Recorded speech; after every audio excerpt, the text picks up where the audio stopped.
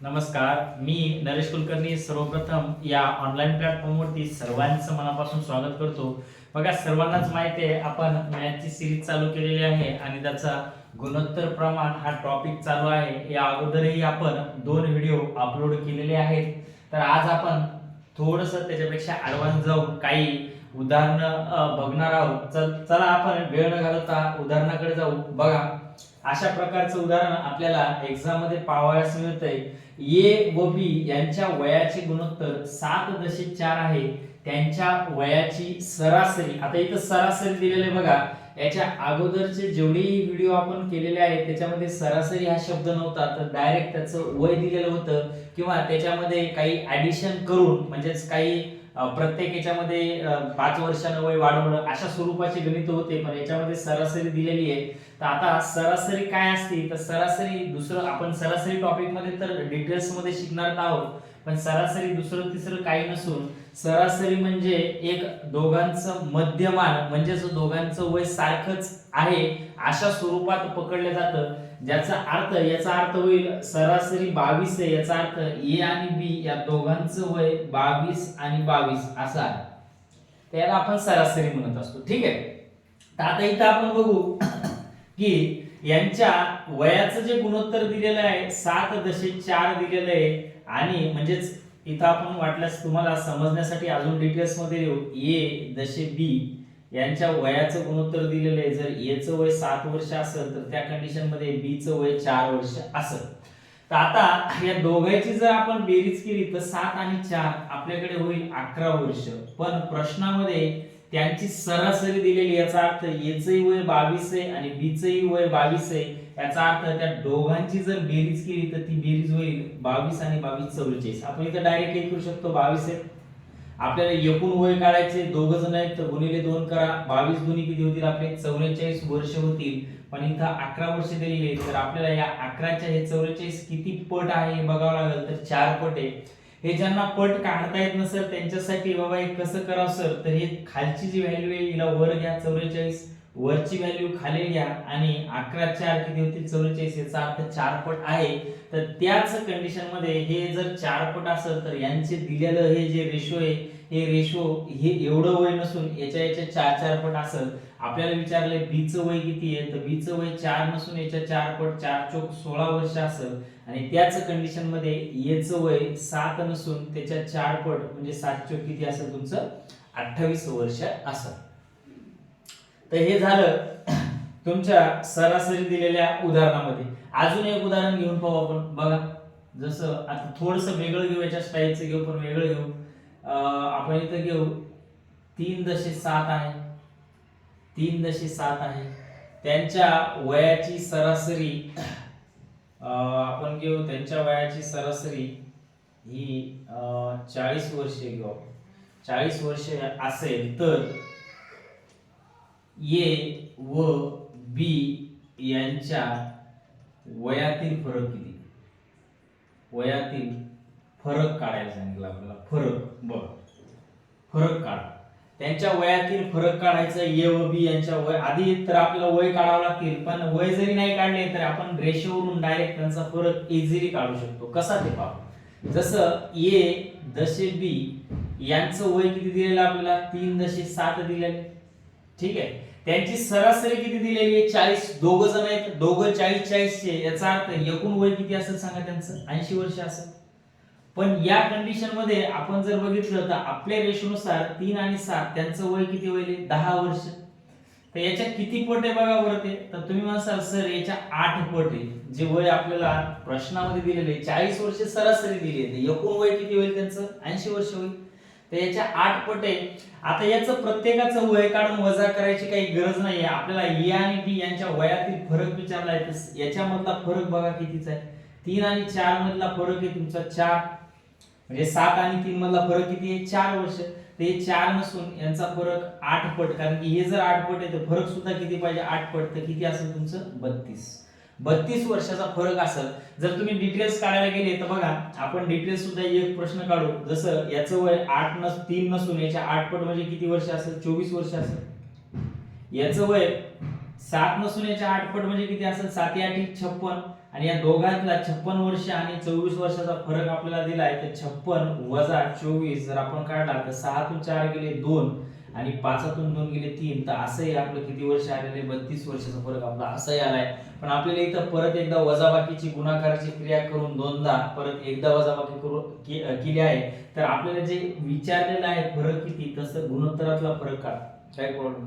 आता आपण याच्यावरच 3 जर आले तर त्यांचंही कसं करायचं आपण ते बघू. जसं ए दशे बी दशे सी यांच्या वयाचे गुणोत्तर आपण घेऊ 2 दशे 3 दशे, इथं घेऊ आपण 3 दशे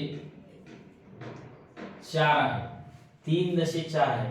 त्यांची सरासरी वयाची सरासरी 30 वर्ष असेल तर ए व बी यांच्या वयातील फरक काढा किंवा सगळ्यांची वय काढा. कुठलाही प्रश्न विचारू द्या, मी इथं काही प्रश्न चेंज करत नाही. आपण ए व सी करू वाटल्यास. ए व सी यांच्या वयातील फरक किंवा त्यांच्या वयाची बेरीज काही विचारू द्या. बघा इथं आपण सगळे प्रश्न एक एक करून आपण सगळे प्रश्न सोडवण्याचा प्रयत्न करू. मी याच डाटावर इथं फक्त प्रश्न चेंज करत जाईल. बघ जसं आपल्याला आता दिलेले ए दशे बी दशे सी यांच्या वयाचे गुणोत्तर काय 2 दशे 3 दशे 4 दिलेले. ठीक आहे, 4 दिलेले. आता मला सांगा यांच्या वयाची सरासरी 30 आहे. सरासरी म्हणजे काय, ॲव्हरेज म्हणजे सगळ्यांचं वय 30. तिघ जण आहेत तर एकूण वय किती होईल 90. याचं 30 याचं 30 याचं 30 30 त्रिक 90. याचा अर्थ एकूण वय असेल 90 वर्ष. पण आपल्या रेशोनुसार किती वय व्हायले बघा बरं. त्याचं 2 आणि 3 5 5 आणि 4 9 वर्ष व्हायले. किती वर्ष व्हायले 9 वर्ष. तर याच्या किती पट व्हायले बघा बरं 10 पट व्हायले. किती पट व्हायले 10 पट. जसे या 9 न तुम्ही या 9 न 10 ला गुणसाल तर तुमचे 90 येतील. याचा अर्थ 10 पट आहे. त्याच कंडिशन मध्ये जर आपल्याला विचारलं असतं याचं वय किती आहे तर तुम्ही म्हणले असते याचं वय 2 नसून याच्या 10 पट म्हणजे किती वर्ष 20 वर्ष. आपल्याला जर बी चं वय विचारलं असतं तर बी चं वय 3 नसून याच्या 10 पट म्हणजे किती असतं 30 वर्ष. याच्यानंतर जर सी चं वय विचारलं असतं तर सी चं वय 4 नसून याच्या 10 पट म्हणजे किती वर्ष असतं 40 वर्ष. आपल्याला या ए व सी यांच्या वयातील फरक विचारला असता तर ए व सी यांच्या वयातील फरक 20 मधून 40 गेले 20 आला असता. तुम्ही फरक जर विचारला तर तुम्ही डायरेक्टही केलं असतं. कसं केलं असतं बघा. याचा रेशो माहिती आहे आपल्याला, माहिती आहे 10 पट आहे. जर प्रश्न म्हणाला ए व सी यांच्या वयातील फरक किती, तर हे ए आणि हे सी आहे यांच्या वयातला फरक कितीचा दिसायला रेशोनुसार 2चा. पण हा 2चा नसून याच्या किती पट असेल सांगा 10 पट म्हणजेच किती वर्षाचा असेल 20 वर्षाचा असेल. जर प्रश्न असा आला यांच्या वयाची बेरीज किती, वयाची बेरीज किती, ए व सी यांच्या वयाची बेरीज किती, तर बेरीज करा. बघा या 2 ए 2 आहे आणि सी चं वर्ष वय 4 वर्ष आहे. हे 2 वर्ष आणि 4 वर्ष यांची बेरीज किती आली 6 वर्ष. पण ही 6 वर्ष नसून याच्या किती पट असेल 10 पट असेल. याचाच अर्थ किती वर्ष असेल दोघांच्या वयाची बेरीज तर 60 वर्ष. बेरीज म्हणलं गुणोत्तराची बेरीज करा. सगळं काढून करायची गरज नाही. जरी काढलं तरी तेच येणार आहे. हे 10 पट काढलं तर 40 येईल, हे 10 पट काढलं तर 20 येईल आणि 20 10 पट काढलं तर हे 20 येईल. 20 आणि 40 किती झाली बेरीज अशी 60 झाली. तर आय थिंक मला असं वाटतंय की तुम्हाला या स्वरूपाचे प्रश्न कशा पद्धतीनं टॅकल करायचे हे चांगलंच थोडंसं समजलेलं आहे. आता आपण याच्या थोडंसं वेगळ्या टाईपचं उदाहरण आपण इथं घेण्याचा प्रयत्न करू आणि याच व्हिडिओमध्ये आपण त्याही टाईपला कव्हर करणार आहोत. हे झाले सरासरी टाईपचे उदाहरण. सरासरी हा टॉपिक आपल्यासाठी सेपरेट आहे मॅथमध्ये, ते तर आपण घेणारच आहोत. पण इथं योगायोगानं आलेला आहे तर आपल्याला एवढं काही जास्त करायची गरज नाहीये. एकूण गुण काढायचे असेल तर सरासरी जी दिली आणि जेवढे मेंबर असतील 3 असेल तर 3 न गुणा 2 असतील, 2 न गुणा 4 असतील 4 न. चला आपण नंतरचा प्रश्न पाहू. बघा ए दशे बी यांच्या वयाचे गुणोत्तर 2 दशे 3 आहे. बी व सी यांच्या वयाचे गुणोत्तर 4.3 आहे. तर सी व डी यांच्या वयाचे गुणोत्तर 2.1 आहे, जर ए चे वय 32 वर्ष असेल तर डी चे वय काढा. बघा या स्वरूपाचा प्रश्न आहे. आतापर्यंतचे जेही आपण एक्झाम्पल पाहिलेले आहेत त्या प्रत्येक एक्झाम्पल मध्ये आपल्याला गुणोत्तर हे सरळ सरळ दिलेलं होतं, पण आता इथं जर तुम्ही पाहसाल तर प्रत्येकाचं कंपायर हे वेगळं वेगळं केलेलं आहे. म्हणजे प्रत्येकाची तुलना म्हणजे ए आणि बी ची तुलना वेगळी केलेली आहे, बी ची तुलना पुन्हा सी सोबत केलेली आहे, सी ची तुलना वेगळी डी सोबत केलेली आहे. जसं पहिल्यांदा आपल्याला जर देताना याच्या अगोदरचे गणित जर तुम्ही अभ्यासले तर आपल्याला असं दिलेलं होतं ए दशे बी दशे सी दशे डी यांचे गुणोत्तर 1.2.3.4 अशा स्वरूपात दिलं होतं. तर डायरेक्ट व्हॅल्यू दिली होती आपल्याला, पण इथं यांनी जी तुलना केलेली आहे ही वेगळ्या सोबत वेगवेगळी केलेली आहे. इथं आपण डायरेक्ट काढू शकतो ए जर 1 असेल तर त्या कंडिशन मध्ये बी 2 आहे, त्या कंडिशन मध्ये सी 3 आहे आणि त्या कंडिशन मध्ये 4 डी 4 आहे. पण इथं आपल्याला अशीच तुलना आपल्याला सोबत आणावं लागेल, त्याच्याशिवाय आपल्याला न तर डी चं वय काढता येईल, न तर याच्यातलं कुठलंही वय आपल्याला काढता येणार नाही. मग आता या स्वरूपाच्या गणितामध्ये आपल्याला जर करायचं झालं तर कसं करावं लागेल बघा. आता आपल्याला माहिती आहे याचा जर पहिला व्हिडिओ तुम्ही जर पाहिला नसेल गुणोत्तर प्रमाणाचा तर ते सर्वांनी अगोदर तो पाहून घ्या, म्हणजे तुम्हाला अजून जास्त समजेल. कारण की त्या व्हिडिओ मध्ये मी या स्वरूपाचं एक पहिलेच 2-3 गणित घेतलेले आहेत.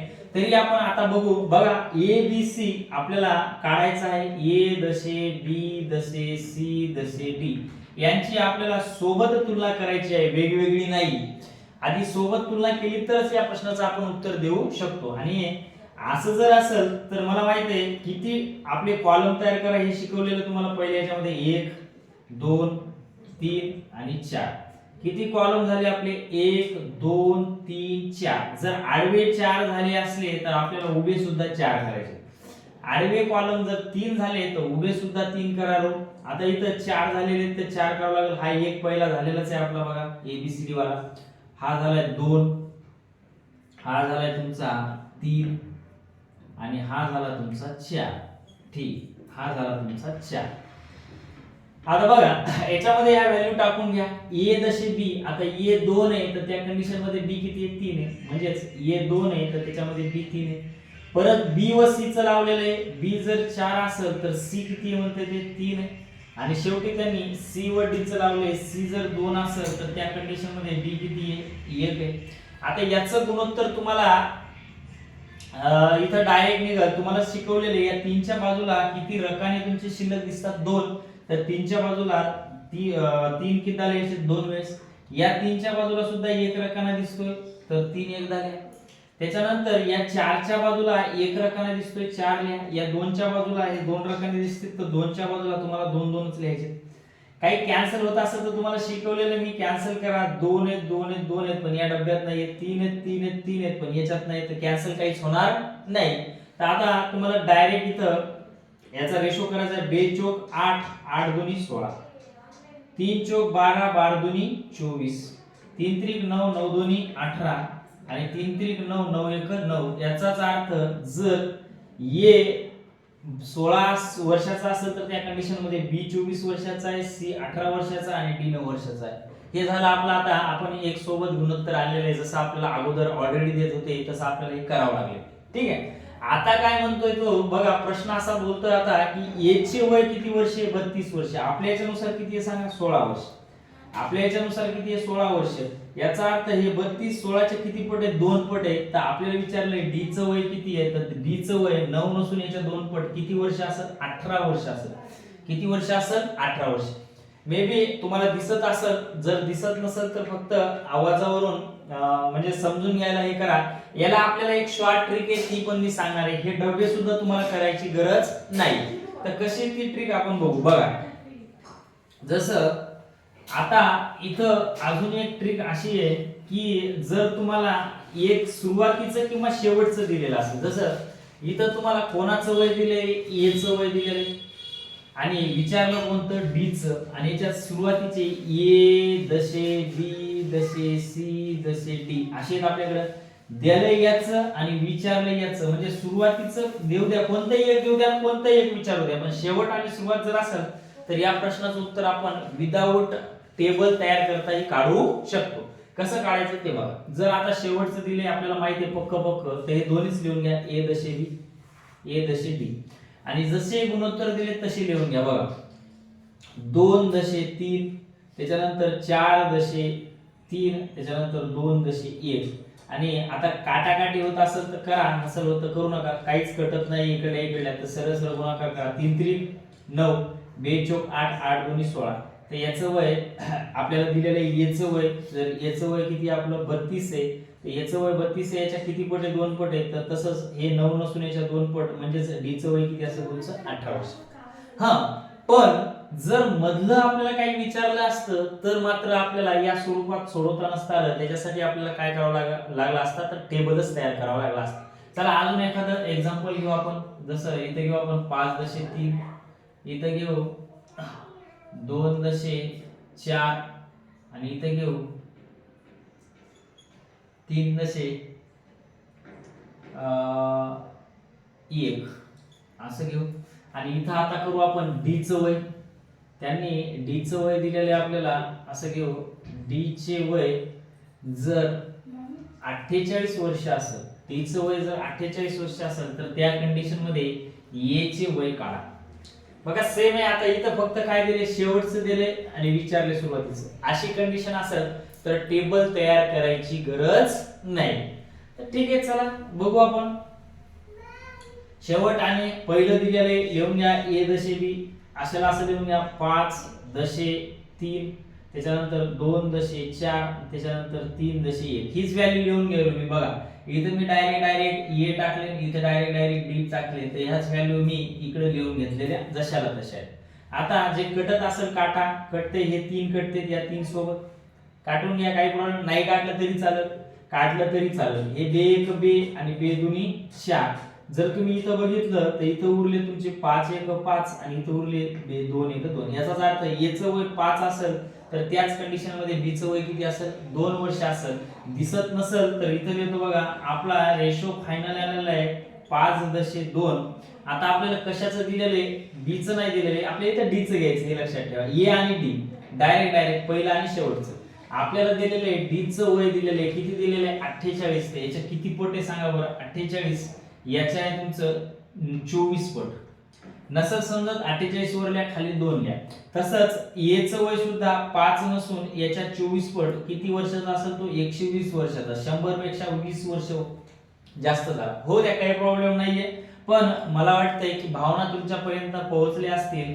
जर पहिलं आणि शेवटचं दिलं तर विदाऊट टेबल तुम्ही याचं उत्तर काढू शकता आणि मॅक्झिमम गणितामध्ये तुम्हाला याच टाइपचे एक्झाम मध्ये प्रश्न पाहावयास मिळतील.